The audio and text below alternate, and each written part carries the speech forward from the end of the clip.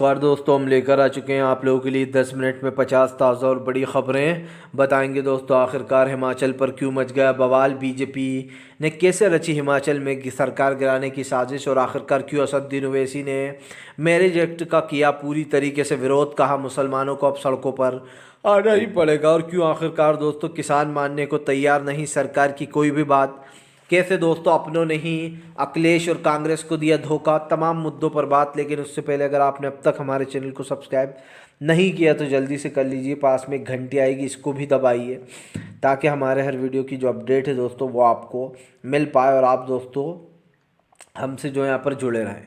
दरअसल दोस्तों आपको बताते चले हिमाचल सरकार में मचा बवाल, बीजेपी ने दोस्तों सरकार गिराने की कर ली पूरी तैयारी। दरअसल दोस्तों आपको बताते चले हिमाचल में जो है यहाँ पर बराबर का मुकाबला हो गया। कहाँ कांग्रेस के पास दोस्तों 40 विधायक थे, अब कहाँ कांग्रेस और बीजेपी दोनों 34-34 पर आ गए। वैसे देखा जाए दोस्तों तो 68 सीटों में से 25 सीटें बीजेपी के पास थीं, 40 सीटें कांग्रेस के पास थीं। लेकिन उसके बावजूद भी दोस्तों जो 3 निर्दलीय थे वो भी बीजेपी में चले गए, और जो 6 विधायक कांग्रेस के टूटे उनको भी हरियाणा ले जाकर एक तरीके से बीजेपी ने अपने यहाँ पर फिट कर लिया है। दोस्तों जिन 8 विधायकों को तोड़ा उन लोगों को बाकायदा हरियाणा में ले जाया जा रहा है, ले जा गए, और आप समझिए हिमाचल में घुस के हरियाणा की पुलिस उनको ले गई। अब दोस्तों इससे बड़ी और वो क्या होगी कि हिमाचल की पुलिस देखती रह गई और हरियाणा की पुलिस उन्हें ले गई। तो कम से कम दोस्तों ये तो देखना चाहिए था कि हमारे राज्य में घुसकर उन विधायकों को ले जाया जा रहा है, तो ये सबसे बड़ी एक तरीके से वही कहा जाएगा कि हार है। हालांकि पीआरएफ के जवान भी थे उनके साथ, तो ये तो साफ हो जाता है कि बीजेपी के पास अभी पूरी कानून व्यवस्था है, वो उसका कैसे दुरुपयोग करती है पूरी दुनिया देख ही रही है। आपको बताते चले दोस्तों असदुद्दीन ओवैसी ने एक बार फिर से जो है यहाँ पर कर दिया बीजेपी का विरोध। ओवैसी बोले फिलहाल किसी भी तरीके से सत्ता में नहीं आने देंगे दोबारा बीजेपी को। दरअसल आपको बताते चले असदुद्दीन ओवैसी ने बीजेपी पर निशाना साधा है। ओवैसी का कहना है कि फिलहाल हम किसी भी तरीके से इस सरकार को सत्ता में नहीं रहने देंगे। असदुद्दीन ओवैसी ने भाजपा पर भड़ास निकालते हुए कहा कि देश के लोकतंत्र को बीजेपी ख़त्म करने का काम कर रही है।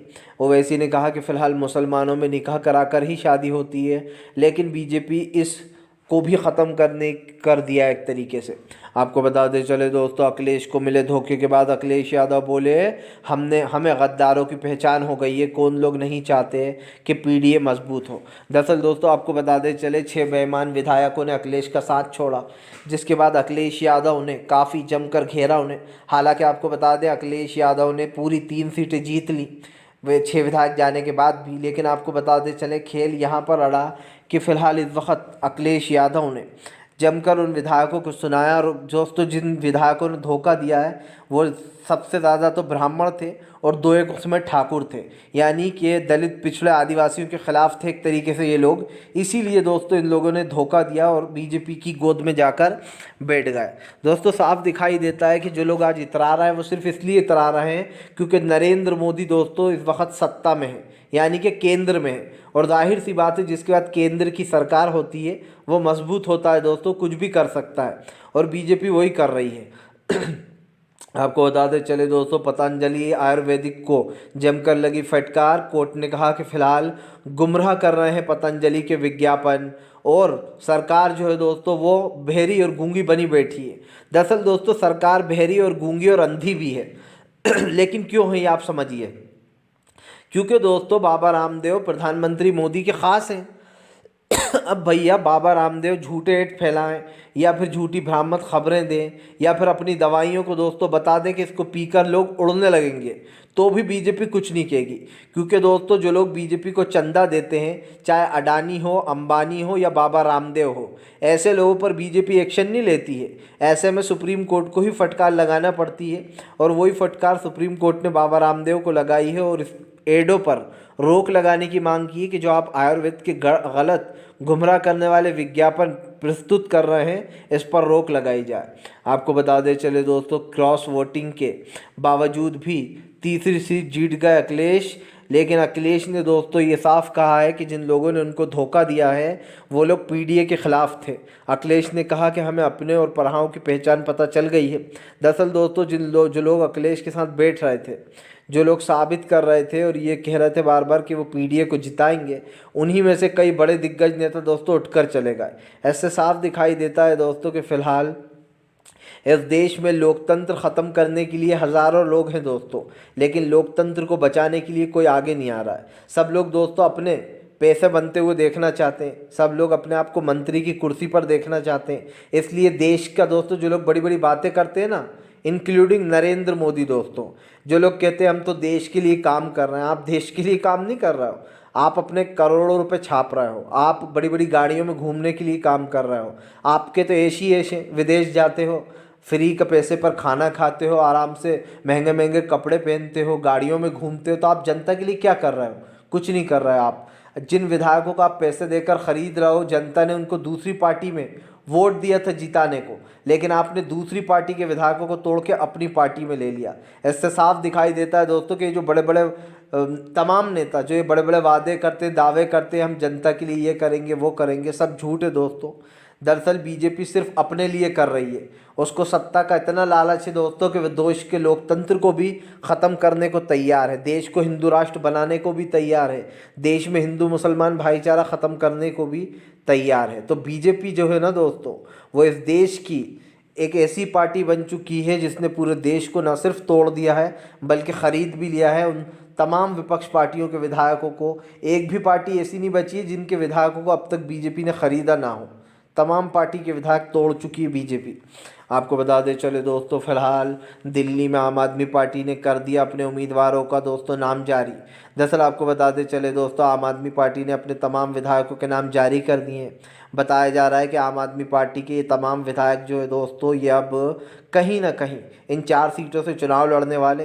केजरीवाल ने चारों को ऐसे विधायकों को टिकट दिया है दोस्तों जो 2-2, 3-3 बार ख़ास कर जीत कर आ चुके हैं। आपको बताते चलें, इस बार लोकसभा में दिल्ली में सीट शेयरिंग को लेकर 3 कांग्रेस को दी गई हैं सीटें और 4 आम आदमी पार्टी के पास है। मतलब साफ है कि फ़िलहाल इस वक्त दोस्तों कांग्रेस से लेकर तमाम नेता 2024 की तैयारी में। दोस्तों काश के एक बड़ी जीत साबित हो विपक्ष इंडिया गठबंधन की, बीजेपी तमाम बेईमानी करने के बाद भी बुरी तरीके से चुनाव हार जाए। और दोस्तों इसका सबसे बड़ा असर हमें तब देखने को मिलेगा जब एक दूसरे को ये लोग सपोर्ट करेंगे। क्योंकि दोस्तों हमने देखा कि चंडीगढ़ में अगर अकेले होती आम आदमी पार्टी तो वो अपना मेयर नहीं बना पाती, लेकिन कैसे दोस्तों कांग्रेस ने उसका साथ दिया और दोस्तों मेयर बन गया आम आदमी पार्टी का। भले ही बीजेपी ने वहाँ बेईमानी की, लेकिन सुप्रीम कोर्ट ने उसकी बेईमानी को जवाब भी दिया। हालांकि लोकसभा में बीजेपी फुल बेईमानी करेगी जीतने के लिए, पूरी बेईमानी करेगी, क्योंकि चुनाव आयोग में उसके लोग हैं, ईवीएम बनाने वाली कंपनी में बीजेपी के लोग बैठे हुए हैं दोस्तों। और बीजेपी ने इस देश के लोकतंत्र को हाईजैक कर लिया है। आज पूरे देश में दोस्तों बीजेपी अपनी सरकारें बना रही है। आप देख लीजिए, बहुत कम ऐसे राज्य बचे हैं अब जहां विपक्ष की सरकारें हैं। पंजाब, केरल और जो है यहाँ पर दोस्तों तेलंगाना, तमिलनाडु, कर्नाटक और जो है यहाँ पर पश्चिम बंगाल, बस इन्हीं राज्यों में जो है दोस्तों विपक्ष की सरकारें चल रही हैं। और ज़्यादातर 2-1 राज्य और हैं, बाकी सब जगह बीजेपी ने अपनी सरकारें बना ली हैं दोस्तों। और अब बताया जा रहा है हिमाचल की भी सरकार गिरने की कगार पर आ गई है, क्योंकि दोस्तों अभी कांग्रेस ने अपनी सरकार बनाई थी, 1 साल भी नहीं हुआ, उससे पहले तो बीजेपी ने सरकार ही गिरा दी। ऐसा ही उसने मध्य प्रदेश में भी किया था। जब कमलनाथ जीत के आए थे दोस्तों तो बीजेपी ने महज 1.5 साल के अंदर सरकार गिरा दी थी।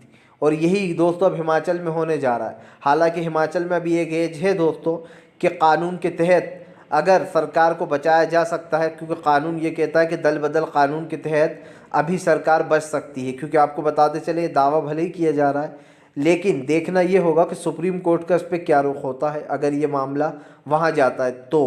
क्योंकि दोस्तों वैसे तो ज़्यादातर हमने यही देखा है कि सुप्रीम कोर्ट में जब हालांकि DY